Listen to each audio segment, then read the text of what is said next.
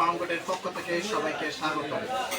আজকের ভিডিওটি হচ্ছে তাদের জন্য যারা ইউরিক অ্যাসিড নিয়ে কষ্ট পাচ্ছেন।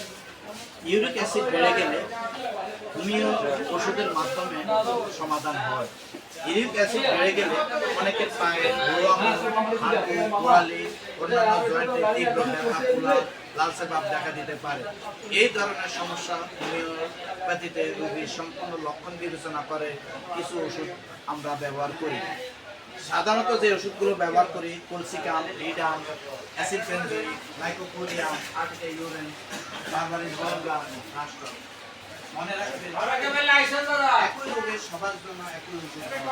রোগীর লক্ষণ, শারীরিক গঠন, রোগের ইতিহাস অনুযায়ী সঠিক ওষুধ নির্বাচন করে।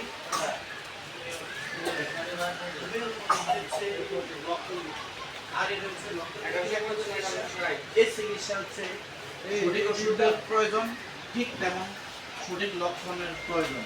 সঠিক লক্ষণ যদি পাওয়া যায় তাহলে দ্রুত ওষুধে সেরে যায়। আসুন আমরা হোমিও চিকিৎসা গ্রহণ করি এবং আমরা ইউরিক অ্যাসিড শরীর থেকে দূর করি। বেশি বেশি পানি পান করবেন, এতে ইউরিক অ্যাসিড দ্রুত কমে যাবে। সবাইকে ধন্যবাদ। সবাইকে ধন্যবাদ।